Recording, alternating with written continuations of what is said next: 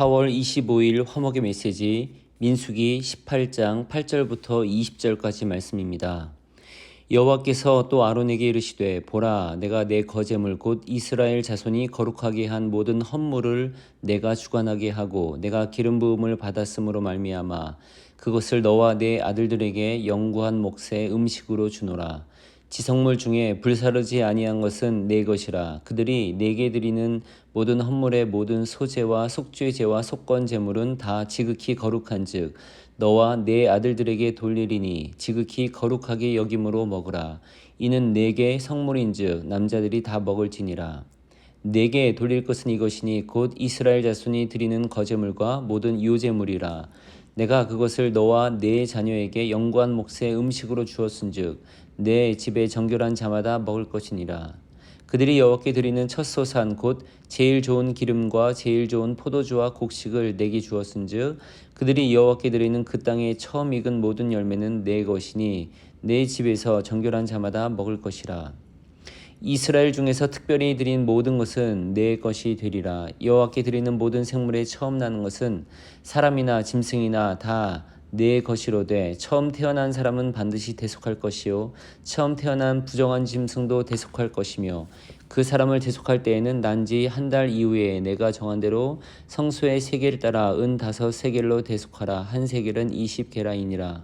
오직 처음 태어난 소나 처음 태어난 양이나 처음 태어난 염소는 대속하지 말지니 그것들은 거룩한즉 그 피는 제단에 뿌리고 그 기름은 불살라 여호와께 향기로운 화제로 드릴 것이며 그 고기는 내게 돌릴지니 흔든 가슴과 오른쪽 넓적다리 같이 내게 돌릴 것이니라.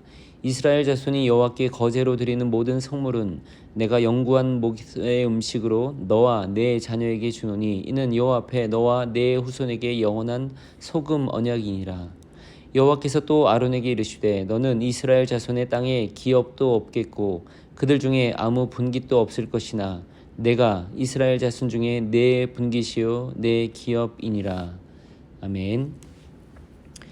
구약에서의 제사장은 현대에서의 목사와 그 지위와 역할이 비슷하다 할 수 있습니다. 특히 전적으로 교회를 섬기는 일을 하고 생계의 수단도 사회에서가 아니라 교회 공동체로부터 받는다는 점도 비슷합니다. 물론 그리스도의 오심으로 모든 사람이 직접 하나님께 나아갈 길이 열렸고 모든 그리스도인들에게 왕같은 제사장의 역할이 주어졌습니다. 그렇지만 오늘 본문에서는 제사장의 전임 사역과 생계가 특별히 구분되는 점을 고려하여 목회자와 연결해 살펴보겠습니다. 먼저 구약시대의 제사장의 역할과 생계의 수단에 대해 오늘 본문에서 말씀하는 바를 중심으로 살펴보겠습니다. 그리고 현대의 목사와 그리스도인들에게 적용될 수 있는 부분도 생각해 보겠습니다. 지난주 화목의 메시지를 통해 제사 방법에 대해 소개해 드린 적이 있습니다. 왼쪽과 오른쪽을 나누어 왼쪽에는 5가지 제사의 종류, 번제, 소제, 화목제, 속죄제, 속건제를 생각해 보라고 했고 오른쪽에는 4가지 제사 방법, 거제, 전제, 화제, 유제를 넣는다 생각하라고 말씀드렸습니다. 먼저 그 오른쪽 방법 중에서 오늘 본문에 나오는 것을 살펴보겠습니다. 17절에 화제가 나옵니다. 화제는 불로 태우는 방식을 말합니다. 이는 전적으로 하나님께 바친 것을 의미합니다. 그런데 화제 말고 태우지 않는 제사 방법도 있습니다. 11절입니다. 내게 돌릴 것은 이것이니 곧 이스라엘 자손이 드리는 거제물과 모든 유제물이라. 내가 그것을 너와 네 자녀에게 영구한 몫의 음식으로 주었은즉 내 집에 정결한 자마다 먹을 것이니라. 거제라는 건 제물 중에 그 일부를 들어 올리는 방법을 말합니다. 또 제물을 흔드는 건 유제라 합니다. 18절에서 그 고기는 내게 돌릴지니 흔든 가슴과 오른쪽 넓적다리 같이 내게 돌릴 것이니라. 즉 흔든 것, 이것이 유제입니다.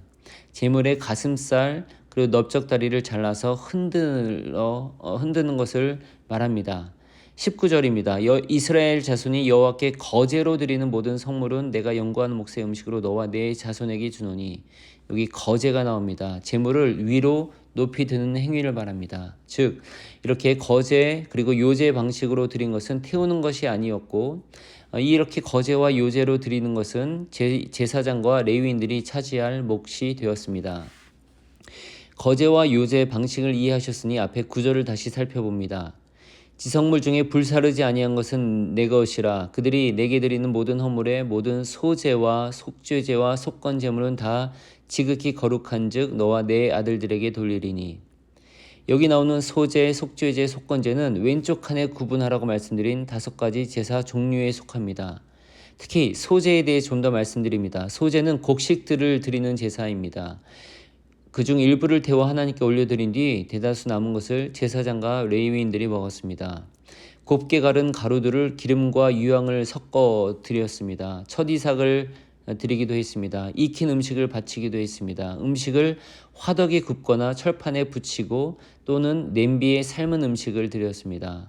즉 소제는 백성들이 자신들이 먹는 음식들을 좀 더 만들어 하나님께 예물로 바친 것입니다. 하나님께 드리지만 그것은 제사장과 레위인들을 위한 것이기도 했습니다. 속죄제, 속건제는 비슷하기 때문에 정밀하게 구분하기 어렵습니다. 이것들을 드릴 때 하나님께 태워 바칠 짐승을 제물로 바쳐야 했고 함께 곡물, 곡식들을 드렸습니다. 그래서 이런 곡물들은 거제나 요제로 드린 뒤 제사장과 레위인들에게 돌아갔습니다. 한편 소제, 속죄제, 속건제 외의 제사의 5대 종류로 번제와 화목제가 있습니다. 번제는 모든 것을 완전히 태워드리는 제사였습니다. 화목제는 제물을 드리면 그 일부를 태운 뒤 남은 것들을 제사를 드린 사람이 도로 가져가서 자신이 가족과 이웃과 나누어 먹는 것이었습니다. 이렇게 화목제와 번제에서는 제사장과 레위인에게 돌아갈 몫이 없었습니다. 이제 제사장들 중심으로 그 몫을 생각해 보겠습니다. 제사장이 받은 몫을 먹을 때는 10절처럼 지극히 거룩하게 여김으로 먹으라 했습니다. 다른 번역으로 보면 거룩한 곳에서 먹으라고 했습니다. 13절에 보면 정결한 자들만 먹으라고 합니다. 그들의 먹는 것이 하나님으로부터 나왔으니 두렵과 떨림으로 받으라는 것이었습니다. 제사장이 받을 몫은 백성들의 삶과 전적으로 관련이 있었습니다. 흉년이 나든지 경제적 어려움이 있어서 백성들이 제사를 제대로 드리지 못하면 제사장과 레위인의 몫도 현저히 줄어들었습니다. 때로 백성들의 신앙이 연약해질 때도 그것은 제사장, 레위인들에게도 어려움을 초래했습니다. 제사장의 몫을 생각할 때는 제사장의 역할과 의무를 또한 함께 생각해야 합니다. 어제 읽은 본문에서는 제사장의 역할에 대해 나왔습니다. 성소의 직무와 제단의 직무를 다하라는 것이었습니다. 즉 예배와 교회에 관한 일을 책임지는 일이었습니다. 제사장이 그 일을 맡는 더 큰 이유가 5절 끝에 표현되어 있었습니다. 그리하면 여호와의 진노가 다시는 이스라엘 자손에게 미치지 아니하리라.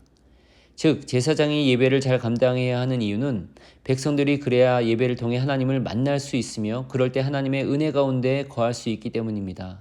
반면에 제사장이 역할을 감당하지 못해 예배가 타락하고 추락해버리면 사람들이 하나님의 은혜 안에 거하지 못하게 되어 하나님의 진노가 사람들에게 미치게 되는 것입니다. 제사장의 몫에 대해 생각할 때 제사장과 레위인들은 땅을 기업으로 받지 않았음을 또한 기억해야 합니다. 12지파에서 레위지파와 제사장을 제외하면 모두가 땅을 유업으로 받았습니다. 하나님이 처음에 땅을 주실 때 그 땅은 그들이 대대로 가지고 자손들에게 남겨줄 수 있는 것이었습니다. 정 가난하게 되어 땅을 팔게 된 경우도 희년 즉 50년이 될 때는 다시 회복하여 돌려받을 수 있었습니다. 땅이 있다는 의미는 그곳을 경작하여 최소한 먹고 살 수 있는 것을 보장해 준다는 굉장한 의미였습니다. 제사장과 레위인은 이 최소한의 생계의 유지를 땅으로 받는 것이 아니라 제사를 통해 받았던 것입니다. 전체를 정리하며 원리를 살펴보면 이렇습니다.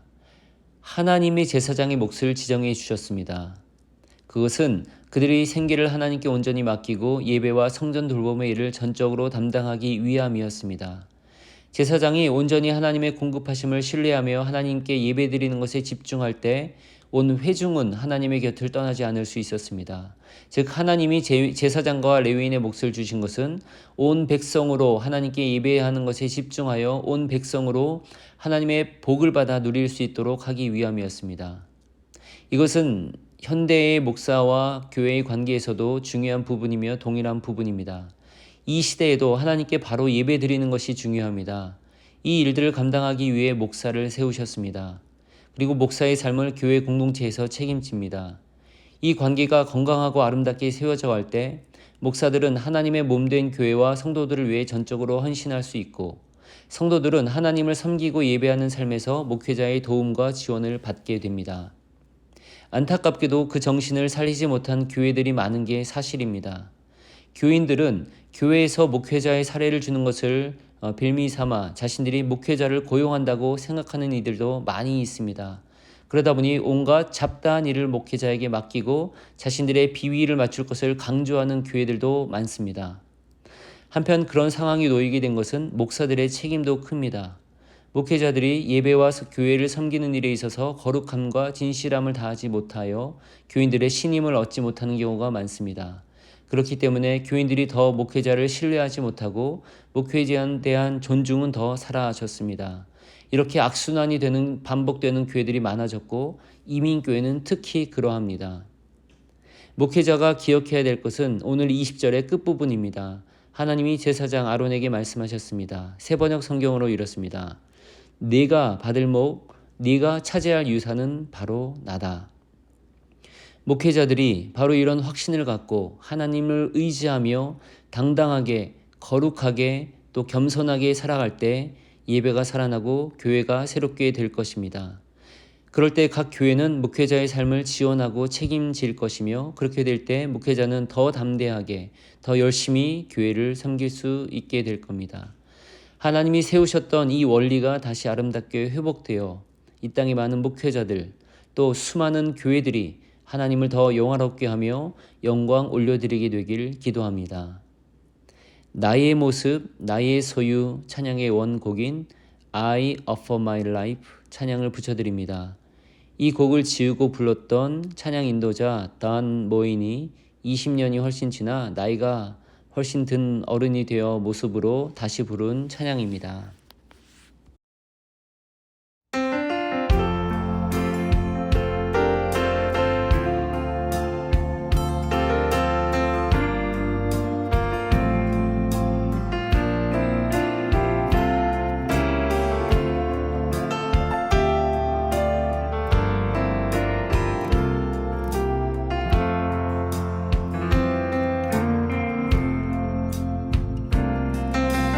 Lord, I offer my life to you, everything I've been through.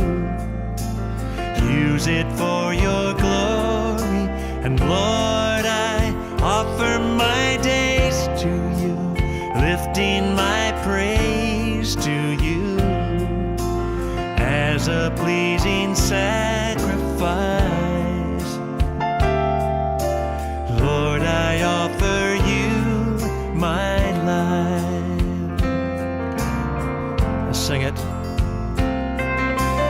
Lord, I offer my life to you, everything I've been through.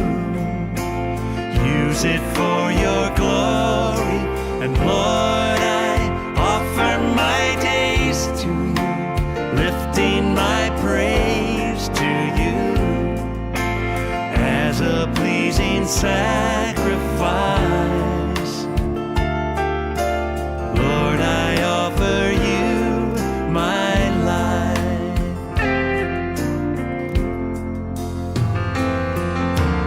Things in the past, things yet unseen, wishes and dreams that are yet to come true. All of my hopes and all of my plans, my heart and my hands are lifted to you. Lord, I offer my life to you, everything I've been through. Use it, Lord, use it for your glory. And Lord, I offer my days to you, lifting my praise to you as a pleasing sacrifice. Oh, yes. Lord, I offer you my life.